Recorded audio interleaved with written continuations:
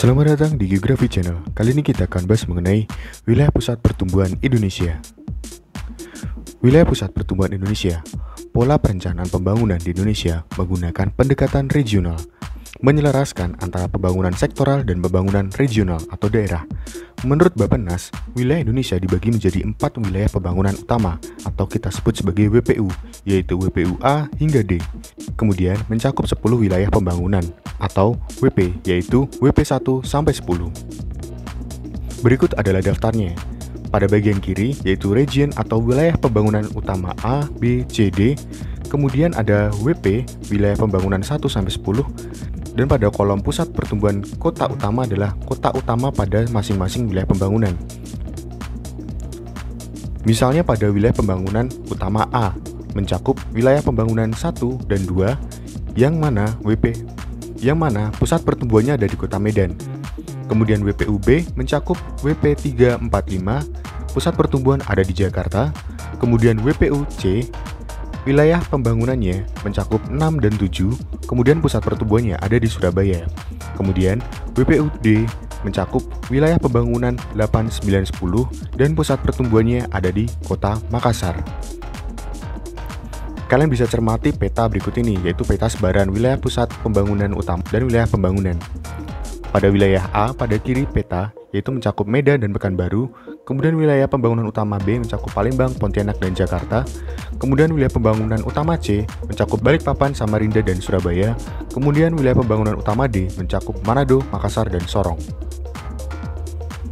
Selanjutnya pembangunan wilayah berkelanjutan. Pembangunan berkelanjutan adalah pembangunan yang mengusahakan dipenuhinya kebutuhan sekarang, tanpa mengurangi kemampuan generasi yang akan datang untuk memenuhi kebutuhan mereka. Konsep pembangunan berkelanjutan ini didasari oleh 5 ide pokok berikut. Yang pertama, proses pembangunan berlangsung terus-menerus. Yang kedua, sumber daya alam memiliki ambang batas. Yang ketiga, kualitas lingkungan berkorelasi dengan kualitas hidup. Yang keempat, memungkinkan pemilihan alternatif. Yang kelima, pembangunan berkelanjutan mengandalkan transgenerasi. Adapun permasalahan pembangunan berkelanjutan. Yang pertama, banyak wilayah yang masih tertinggal dalam pembangunan. Kemudian yang kedua, belum berkembangnya wilayah-wilayah strategis dan cepat tumbuh. Yang ketiga, kesenjangan pembangunan desa dan kota. Kemudian, rendahnya pemanfaatan rencana tata ruang sebagai acuan koordinasi pembangunan lintas sektor dan wilayah. Mari kita bahas satu persatu permasalahan yang ada.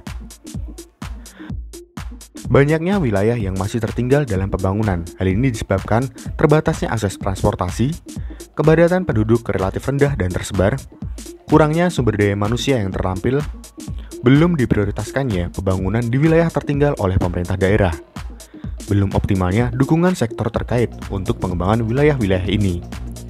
Selanjutnya, belum berkembangnya wilayah-wilayah strategis dan cepat tumbuh, dikarenakan adanya keterbatasan informasi pasar dan teknologi. Belum adanya sikap profesionalisme dan kewirausahaan, belum optimalnya dukungan kebijakan nasional dan daerah yang berpihak pada petani dan pelaku usaha swasta. Kemudian, belum berkembangnya infrastruktur. Selanjutnya, masih lemahnya koordinasi, sinergi, dan kerjasama di antara pelaku-pelaku pengembangan kawasan. Kemudian, masih terbatasnya akses petani dan pelaku usaha kecil terhadap modal pengembangan usaha. Selanjutnya, keterbatasan jaringan prasarana dan sarana fisik dan ekonomi. Kemudian, belum optimalnya pemanfaatan kerangka kerjasama antar wilayah. Selanjutnya, permasalahan yang ketiga adalah kesenjangan pembangunan antara desa dan kota. Kegiatan ekonomi di wilayah perkotaan masih banyak yang tidak sinergis dengan kegiatan ekonomi yang dikembangkan di wilayah perdesaan. Jadi, kegiatan ekonominya masih berdiri sendiri-sendiri, tidak saling berkaitan. Akibatnya, peran kota yang diharapkan dapat mendorong perkembangan perdesaan atau trickling down effect justru memberikan dampak yang merugikan pertumbuhan perdesaan atau backwash effect. Jadi dampak yang ditimbulkan dari kota justru menimbulkan dampak negatif, bukan yang positif. Dan yang terakhir adalah rendahnya pemanfaatan rencana tata ruang sebagai acuan koordinasi pembangunan lintas sektor dan wilayah. Dalam pembangunan fisik, suatu wilayah sudah diatur dalam rencana tata ruang wilayah atau RTRW. RTRW menjelaskan bagaimana sebuah wilayah digunakan sesuai dengan peruntukannya. Jadi, bagaimana suatu wilayah dibangun berdasarkan kecocokannya, kesesuaiannya, atau peruntukannya. Penataan ruang pada prinsipnya Penataan ruang prinsipnya yaitu untuk mengatur, mengendalikan, dan mengawasi penggunaan lahan. Tata ruang harus menjaga benturan kepentingan tidak terjadi yang nantinya dapat mengganggu kelestarian lingkungan dan arah perkembangan perkotaan. Masih banyak wilayah di Indonesia yang pembangunan wilayahnya tidak sesuai dengan rencana tata ruang wilayah atau RTRW, sehingga menyebabkan permasalahan dalam pengembangan wilayah berkelanjutan. Sekian, terima kasih dan glory geografi.